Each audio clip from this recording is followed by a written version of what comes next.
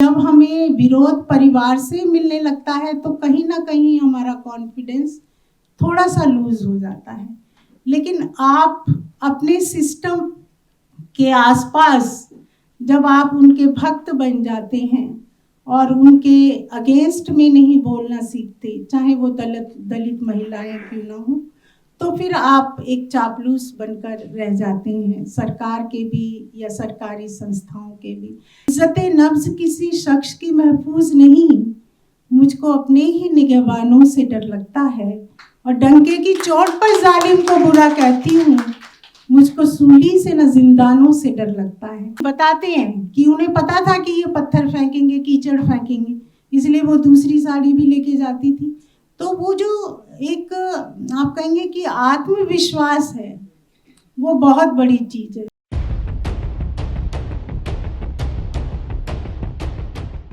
हमारी chief guest हमारे बीच में हैं गीता सहारे जी। उनके नाम को हम सभी जानते हैं और गीता सहारे जी के विषय में मैं क्या कहूँ। लक्ष्मीबाई कॉलेज में प्रोफेसर हैं, दिल्ली वुमेन एसोसिएशन की प्रेसिडेंट हैं और जब दिल्ली जो हमारा महिला आयोग है, दिल्ली महिला आयोग, उसकी सम्मानित सदस्य रह चुकी हैं।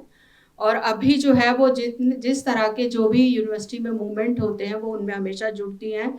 महिलाओं की स्थिति को लेकर के, दलित महिलाओं की स्थिति को लेकर हमेशा जो है वो कविताएं लिखती हैं और अगर आप मंच पे आएंगे तो आप उनका सुनिएगा जैसी वो कविताएं सुनाती हैं। मैं प्रॉपर उनका थोड़ा सा जो उन्होंने जो बोलती हैं। प्रोफेसर गीता सहारे एक प्रतिष्ठित शिक्षाविद, सामाजिक चिंतक और स्त्रीवादी विचारक हैं। उन्होंने उच्च शिक्षा के क्षेत्र में लंबे समय तक अध्यापन एवं शोध कार्य किया है और विशेष रूप से महिला शिक्षा, दलित बहुजन अध्ययन तथा सामाजिक न्याय से जुड़े मुद्दों पर उनका महत्वपूर्ण योगदान रहा है। प्रोफेसर सहारे ने सावित्रीबाई फूले से भीमराव अंबेडकर और समतामूलक विषय पर शिक्षा पर केंद्रित वैचारिक परंपरा को अकादमिक विमर्श के केंद्र में जोड़ने का कार्य किया है। वे विभिन्न राष्ट्रीय और अंतर्राष्ट्रीय मंचों पर व्याख्यान देती रही हैं और शिक्षा को सामाजिक परिवर्तन का सशक्त माध्यम मानती हैं। उनका लेखन और वक्तव्य दलित महिला शिक्षा, समानता और संवैधानिक मूल्यों को सुदृढ़ करने में उल्लेखनीय भूमिका निभाता है। मैं उनको आदर के साथ मंच पर आमंत्रित करती हूँ, वो आए और अपना अतिथि जो हमारा मुख्य चीफ गेस्ट का जो वक्तव्य है वो और अपना रखें। गीता सहारे जी क्लैपिंग के साथ उनका स्वागत करते हैं।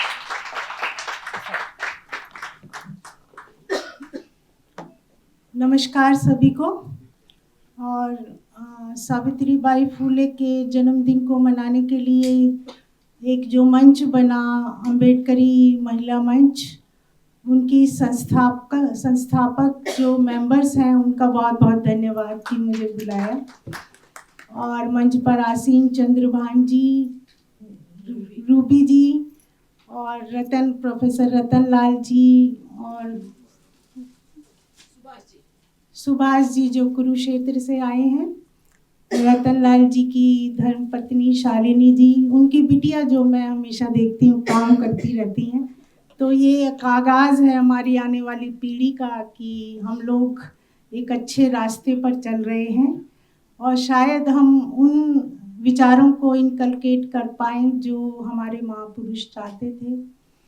और सबसे मेरी छोटी बहन अनीता जी, जिन्होंने मेरे को हमेशा याद रखा। हालांकि मैं बहुत गंभीर बीमारी से जूझ रही हूँ, लेकिन बुलाया तो मैं आ गई, तो थोड़ी बोलने में तो प्रॉब्लम होगी, ठीक है ना, तो उसको आप सहन जरूर कीजिएगा। सावित्रीबाई फूले का जैसे आपको पता होगा हिस्ट्री वगैरह, आप सभी लोग जो यहाँ बैठे हैं वो एक संस्था है और सभी लोगों ने इस पर काम किया है कि किस तरह उनका अपना जीवन रहा, कहाँ वो पैदा हुई नौगांव में, और प्रेसिडेंसी जो क्षेत्र था वहाँ से उनकी शादी ज्योतिबा फूले से होती है और वो इच्छा जाहिर करती हैं कि मेरे को पढ़ना है, क्योंकि उस समय आपको पता है कि विमेन को शिक्षा के मार्ग उतने नहीं थे जितने होने चाहिए। कोई विमेन जो एलिट्स क्लास की थी वही पढ़ पा रही थी, लेकिन उनका एक मिशन था कि हम उन लोगों के लिए काम करें जो वंचित समाज है, और जो वंचित समाज है उसमें महिलाओं को भी रखा जाता था उस समय। शिक्षा का कोई ऐसा संस्था नहीं थी, तो उनके प्रयासों में जब ज्योतिबा फूले जैसे महापुरुष, हालांकि शादी तो बहुत बचपन में ही हुई, लेकिन एक पति की भूमिका उन्होंने बहुत सकारात्मक निभाई कि अपनी पत्नी को पढ़ाया। हालांकि घर के लोग बहुत विरोध करते थे, लेकिन जब सो जाते थे सब लोग तो रात को वो सावित्रीबाई फूले, वो सब आपने पढ़ा होगा, ऐसा नहीं है कि नहीं पढ़ा होगा। मैं सिर्फ याद इसलिए दिला रही हूँ कि एक संघर्षमय जब व्यक्तित्व समाज के लिए काम करता है तो उसका प्रभाव बहुत ज़्यादा होता है। और दलित महिलाओं से रिलेटेड यहाँ पर जितनी भी दलित महिलाएं हैं, इंक्लूडिंग मी, तो हम लोगों ने संघर्ष ही किया है अपने पारिवारिक वातावरण में, समाज में, शिक्षा के लिए संघर्ष किया है। और ऐसे परिवार से आए हैं कि जहाँ पर आप संघर्ष नहीं करेंगे तो आगे नहीं बढ़ पाएंगे। और महिलाओं में वो ताकत है कि वो संघर्ष करने में बहुत माहिर है। आज भी पूरे परिवार की जो आधारशिला है वो महिलाओं पर ही जिम्मेदार है। अदरवाइज आप उनकी अनुपस्थिति में देखिए कि घर का क्या हाल होता है। पति चाहे कितना भी वो करें कि मैं बहुत बड़ा यहाँ का मुखिया हूँ, लेकिन एक दिन में उसको चांद तारे नजर आ जाती हैं बिना पत्नी के। तो ये, और ऊपर से महिला और दलित महिला वो और भी पावरफुल है, क्योंकि उनको किसी का डर नहीं होता। उन्हें पता है जो कुछ होना है वो हम संघर्ष से प्राप्त भी कर लेंगे और वो भी कर लेंगे। लेकिन उस पर अत्याचार, जैसे सावित्रीबाई फूले ने जो स्कूल खोला वो पहला दलित महिलाओं के लिए खोला। बाद में सभी जो 18 स्कूल, अनीता ने भी बताया कि 18 स्कूल उन्होंने खोले, तो ये बहुत बड़ी बात थी। वो फर्स्ट फेमिनिस्ट थी, प्रथम शिक्षिका थी, लेकिन उसको मानने का काम हमारे समाज ने कभी नहीं किया।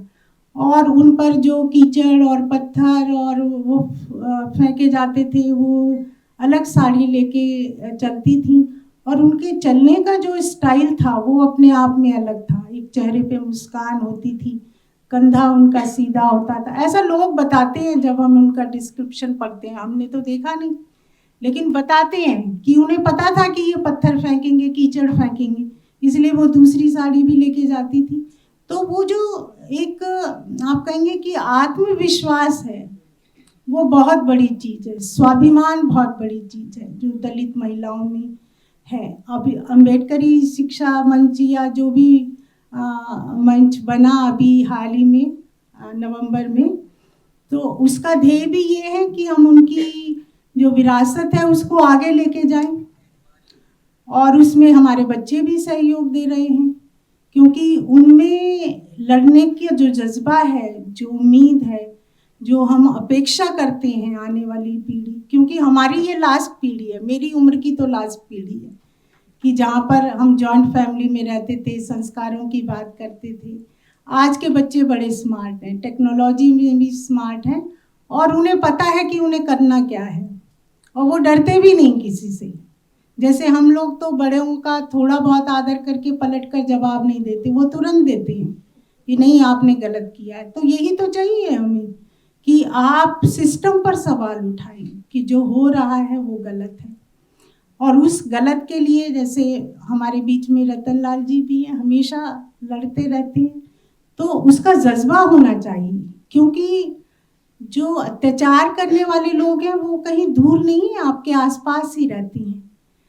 और उसमें ऐसी आवाज़ें जो अनीता भारती उठाती हैं, या शालिनी जी उठाती हैं, या रूबी जी उठाती हैं, वो दबंग आवाज़ें हैं। और मैं हमेशा कहती हूँ कि उसको पॉइंट आउट करना बहुत ज़रूरी है कि इज्जत नफ्स किसी शख्स की महफूज नहीं, मुझको अपने ही निगहबानों से डर लगता है, और डंके की चोट पर जालिम को बुरा कहती हूँ, मुझको सूली से न जिंदानों से डर लगता है। ये डर हमको भगाना होगा। अगर आप अपने परिवार के लिए उस सिस्टम पर सवाल नहीं उठाएंगे कि हमारे साथ ये हो जाएगा या मेरी पोस्ट चली जाएगी, तो फिर आप समाज के लिए काम नहीं कर सकते। तो सावित्रीबाई फुले का व्यक्तित्व एक समावेशी भी था कि उन्होंने सिर्फ दलित महिलाओं के लिए काम नहीं किया, बल्कि समाज के हर तबके के लिए काम किया। उस समय जो परेशानियां थी वो विडो की भी थी कि विधवाओं को कोई घर से निकाल देता। महाराष्ट्र में तो एक अलग तरह का रिवाज था कि उनको उबला हुआ खाना देना है, उनके बाल काट देने हैं, उनको अलग तरीके से ट्रीट करना है। उनके लिए उन्होंने आश्रम बनाए विधवाओं के लिए। और जो डेस्टिट्यूट वीमेन थी, जिनको उपेक्षित वीमेन कहते हैं कि ना परिवार के लोग रखते थे ना ससुराल के लोग, तो ऐसी वीमेन जाए कहाँ, उस पर काम पंडित रमाबाई ने भी किया और सावित्रीबाई फुले ने भी किया।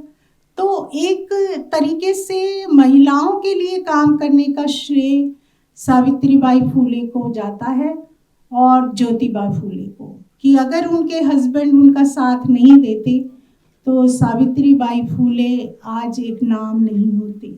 तो परिवार का साथ भी बहुत ज़रूरी है। आप ये भी ध्यान में रखिए कि जब हमें विरोध परिवार से मिलने लगता है तो कहीं ना कहीं हमारा कॉन्फिडेंस थोड़ा सा लूज हो जाता है। लेकिन आप अपने सिस्टम के आसपास जब आप उनके भक्त बन जाते हैं और उनके अगेंस्ट में नहीं बोलना सीखते, चाहे वो दलित महिलाएं क्यों ना हो, तो फिर आप एक चापलूस बनकर रह जाते हैं, सरकार के भी या सरकारी संस्थाओं के भी। जैसे हिंदी में एक कविता है ना कि राजा बोला रात है, रानी बोली रात है, मंत्री बोला रात है, संतरी बोला रात है, ये सुबह सुबह की बात है। तो हमें ऐसे भी नहीं करना कि लकीर के फकीर बन जाए। और उस सिस्टम के लिए चाहे सरकारी संस्थाएं हैं, चाहे आपकी ऑर्गेनाइजेशंस हैं, वो बहुत काम कर रहे हैं समाज में, ऐसा नहीं है कि नहीं कर रहे हैं। लेकिन उनके काम करने का जो तरीका है वो समाज को जोड़ने का है। ये नहीं कि वो अपने फायदे के लिए या अपने को स्मार्ट बनाने के लिए कोई काम कर रहे हैं, वो सिर्फ समाज के दूसरे लोगों को जगाने का काम कर रहे हैं। जैसे अभी 14 महिलाएं इसकी ऑफिस बियरर बनी, कभी 50 बनेंगी और एक नया कारवां बनेगा, हो सकता है आने वाले समय में। और ये आवाज जो है वो हर राज्य में फैले, पूरे देश में फैले, विदेश में फैले। मैं उसकी शुभकामनाएं देती हूँ। और कोशिश ये भी रहनी चाहिए कि जहाँ हम अपने हक की बात करें या अपने अधिकारों की बात करें, जैसे सावित्रीबाई फुले ने अकेले लड़कर एक ऐसा मुकाम हासिल किया। जहाँ अनीता जी ने बताया कि उन्होंने कविताएं भी लिखी, उन्होंने किताबें भी लिखी और वो किताबें हमारा मार्गदर्शन करती हैं। तो ये मार्गदर्शन आने वाले समय में ये मंच भी करेगा, ऐसा हम सोचते हैं कि बनाया तो होगा, तो किसी दृष्टिकोण के आधार पर बनाया होगा। उसके लिए मैं उनको ऑल द बेस्ट कहती हूँ और ये भी कहती हूँ कि ये आवाज़ हमेशा ऐसे ही बुलंद रहे। सावित्रीबाई फुले को हम आज यहाँ इतने अच्छे मंच पर याद कर रहे हैं, सब लोग भी बोलेंगे, थोड़ा उनके लिए भी बोलना बनता है, तो मैं छोड़ देती हूँ। लेकिन ज़रूर कहूँगी कि हमारी दलित महिलाएं बहुत स्ट्रॉन्ग हैं, उन्होंने हर एक क्षेत्र में अपनी उपस्थिति दर्ज कराई है, बड़ी पोस्ट हासिल की है। अनीता जी भी अभी प्रिंसिपल की पोस्ट से फ्री हुई हैं और समाज के लिए काम कर रही हैं। ये जज्बा हमेशा हम सब में होना चाहिए और भाईचारा भी बनाना चाहिए और एक नारा भी होना चाहिए कि हमारी आवाज़ को इतना कमतर न समझना, कि हक परस्तों की जहाँ राय सुमारी होगी, सबसे पहले वहाँ आवाज़ हमारी होगी।